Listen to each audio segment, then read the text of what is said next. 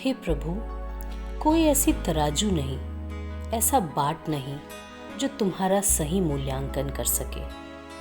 कोई ऐसा शराफ नहीं जिसे मैं तुम्हारे गुणों का अनुमान करने के लिए बुला सकूं। मुझे कोई ऐसा गुरु नहीं मिलता जिससे मैं तुम्हारा मूल्यांकन कराऊं अथवा मूल्यांकन कराने का ढंग सीख सकूं। हे मेरे सुंदर प्रभु जी, मैं तुम्हारे गुणों का भेद नहीं पा सकता कि वे कितने हैं। तुम पानी में परिव्याप्त हो, धरती के भीतर व्याप्त हो, तुम आकाश में सर्वत्र मौजूद हो और तुम आप ही सब जीवों में समाये हुए हो। हे प्रभु, यदि मेरा मन तराजू बन जाए, यदि मेरा हृदय तौलने वाला बाट बन जाए, यदि मैं तुम्हारी सेवा कर सकूं, तुम्हारा स्मरण कर सकूं, यदि यह सेवा नाम स्मरण मेरे लिए शराफ बन जाए, तो भी गुणों का अंत नहीं पा सकूंगा। लेकिन इन तरीकों से मैं अपने हृदय को तुम्हारे चरणों में लगाए रख सकूंगा। हे भाई, मैं अपने हृदय में उस प्रभु को स्थिर कर जांच कर सकूंगा। वह प्रभु आप ही तराजू है, आप ही बाँट है, आप ही तराजू की ऊपरी रस्सी है जिसे पकड़कर तोला जाता है, और वह आप ही तोलने वाला भी है। वह स्वयं सब जीवों की देखभाल करता है, सबके मन की समझता है। आप ही जीव रूप होकर जगत में नाम व्याप्त कर रहा है।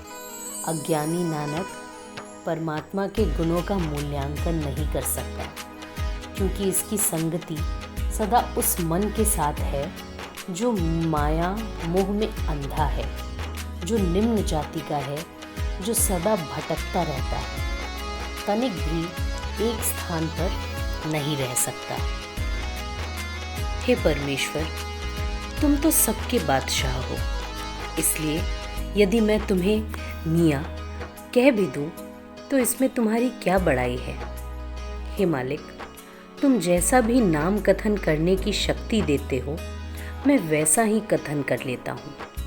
अन्यथा मैं मूर्ख जीव क्या कह सकता हूँ।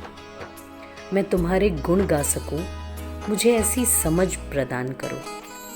हे रज़ा के स्वामी, ऐसी कृपा करो कि मैं तुम्हारे सत्य स्वरूप में स्थित रह सकूं। यह जो कुछ भी जड़ चेतन विश्व प्रपंच निर्मित है, सब कुछ तुमसे ही हुआ है, और यह सब तुम्हारी ही प्रीति से हुआ है। हे मालिक, मैं जीव तुम्हारा अंत क्या पा सकता हूँ। मुझ अंधे में क्या सामर्थ्य है कि तुम्हारा अंत प्राप्त कर सकूं। मैं तुम्हारे गुण क्या वर्णन कर सकता हूँ, क्योंकि वर्णन कर कर के भी जब देखता हूँ तो भी यही कहना पड़ता है कि तुम अकथ हो। तुम्हारा गुणगान मुझसे अकथनीय है, अर्थात मुझ में इतनी सामर्थ्य नहीं कि तुम्हारे गुण वर्णन कर सकूं। हे ईश्वर, मैं तुम्हारी तिल भर भी वही बड़ाई करने में अपने को समर्थ पाता हूँ जो तुम्हें भाती है। काम क्रोधादि कुत्तों के बीच फंसा हुआ मैं इस शरीर की मुक्ति के लिए पुकार रहा हूँ। हे भगवान, यदि मैं भक्ति से हीन भी हूँ तो भी मैं तुम्हारा ही रहूँगा। तब भी तुम्हारा नाम मेरे साथ रहेगा, अर्थात तुम्हारा ही दास कहा जाएगा। मेरा मन ही प्रभु का मंदिर है और मेरा शरीर कलंदर का वेश धारण किए हुए है। मैं हृदय तीर्थ में ही स्नान करता हूँ। केवल एक शब्द ब्रह्म ही मेरे प्राणों में निवास करता है, इसलिए मेरा पुनर्जन्म नहीं होगा, अर्थात मुक्त हो जाऊंगा।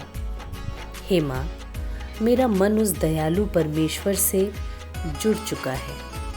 उस परमेश्वर के अतिरिक्त पर पीड़ा को कौन समझ सकता है। इसलिए हम किसी अन्य देवी देव के संबंध में सोचते ही नहीं। हे अगम, अगोचर, अलख अपार परमेश्वर, तुम ही हमारी चिंता करने वाले हो। जल में, थल में, पृथ्वी, आकाश में, सर्वत्र तुम ही व्याप्त हो और घट घट में तुम्हारा ही प्रकाश है। समस्त जीवों को समझ बूझ बुद्धि तुम्हारी ही प्रदान की हुई है। सब जीवों के शरीर में तुम्हारा ही निवास है। हे मालिक, तुम्हारे अतिरिक्त मैं अन्य किसी को नहीं जानता। मैं तो तुम्हारे ही गुणगान करता हूँ। सब जीव जंतु तुम्हारी ही शरण है और तुम्हें ही सबकी चिंता है।